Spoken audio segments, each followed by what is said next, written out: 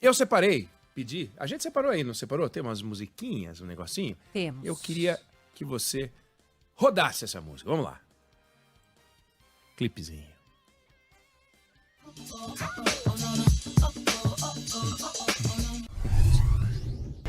Já sei namorar, já sei beijar de língua, agora só me resta sonhar. Eu vou te esquecer nem que for, só por uma noite.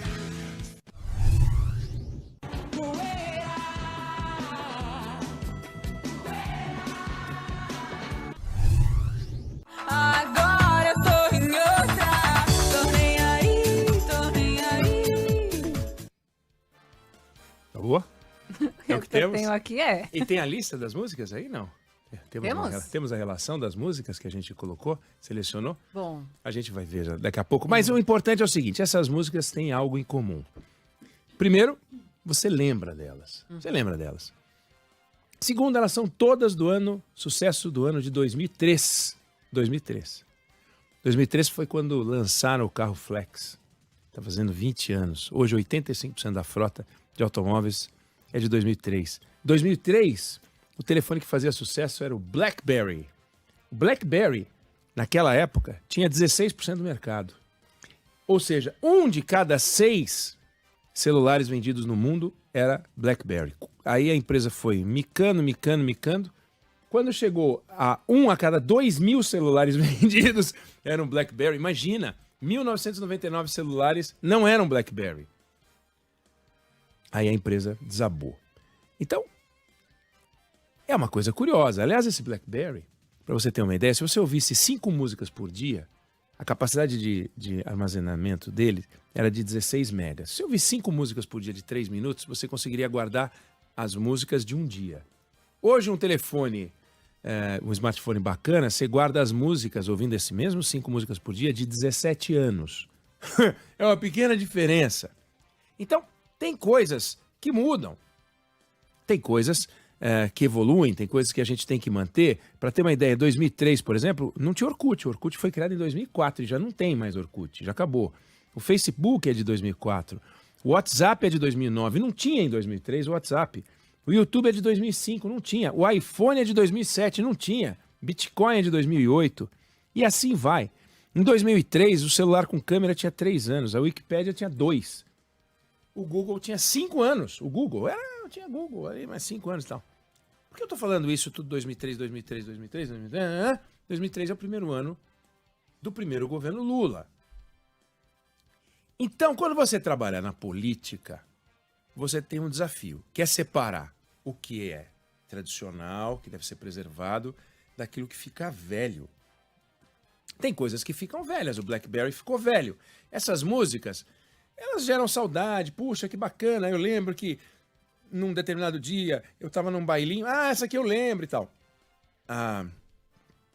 E o desafio da política é você conseguir separar a tradição, aquilo que é tradicional, daquilo que é velho. E os políticos têm esse desafio. E quando fica muito tempo na política, e quando volta, e quando tem um novo desafio, isso vira um grande problema. É o desafio do governo Lula hoje.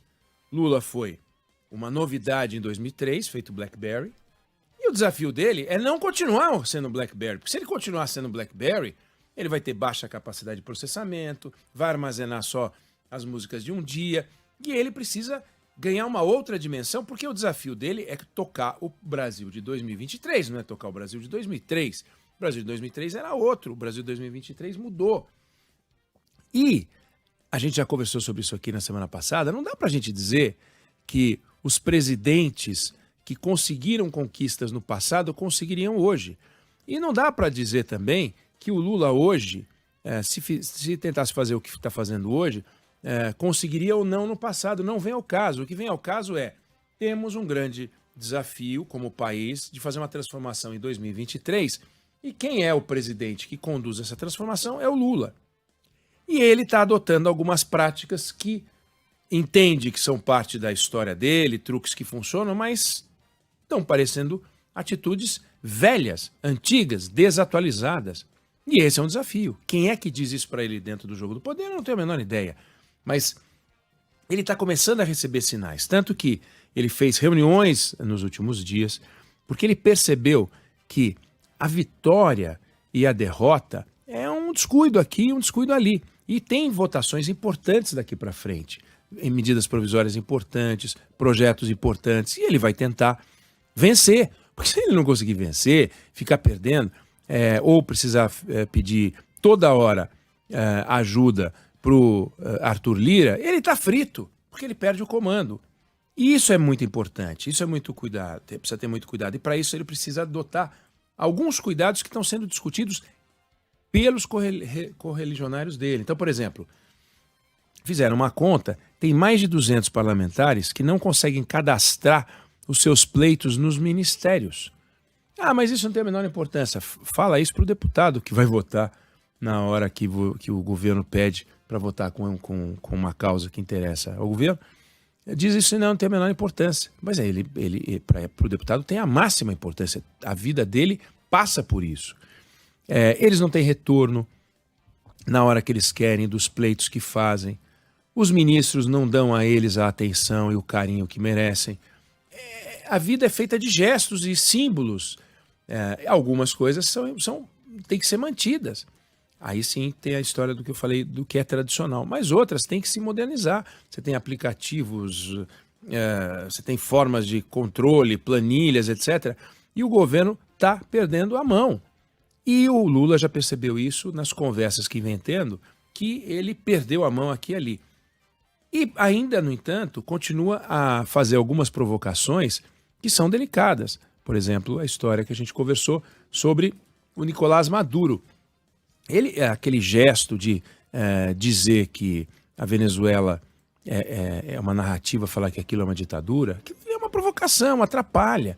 Então o Lula tem um desafio de agenda, tem um desafio de posicionamento, tem um desafio, e aí nós estamos falando do governo dele, para ele voltar, estar atualizado, estar em 2023 e não tentar as fórmulas que funcionaram em 2003, mas que a gente não sabe se vai funcionar de novo. Por enquanto não está funcionando. Então esse ponto é muito importante, por isso eu trouxe esses exemplos, essas músicas. Eu não sei se a gente tem o nome das músicas. Sim, tem, Débora? Então temos. vamos lá. Deixa eu abrir aqui, porque você começou com Beyoncé, né? Beyoncé. Se eu não me engano. Foi. Deixa eu pegar aqui. Tá. Crazy in Love. Ó. Crazy in Love da Beyoncé, Já Sei Namorar Tribalistas, Sorte Grande, conhecida como Poeira, da Ivete Sangalo, Só por Uma Noite, Charlie Brown Jr. e Tô Nem Aí, Luca. Olha lá. Aliás, cantora que ficou conhecida só por essa música. Por essa Com música. né? Só por essa música. Por isso que ela falou, não tô nem aí, não tô mais aí também, olha lá, é um perigo, é um desafio. Então foram algumas músicas de 2003, a gente poderia ter pego outras internacionais, músicas mais importantes, mas todo mundo ouviu essas músicas em algum momento, né? Seja para detestá-las ou não, mas marcaram o ano de 2003, por isso elas estão aí nessa seleção. E tem a ver com a política, sabe? Tem a ver, coisas que ficam datadas, tá aí o que você falou.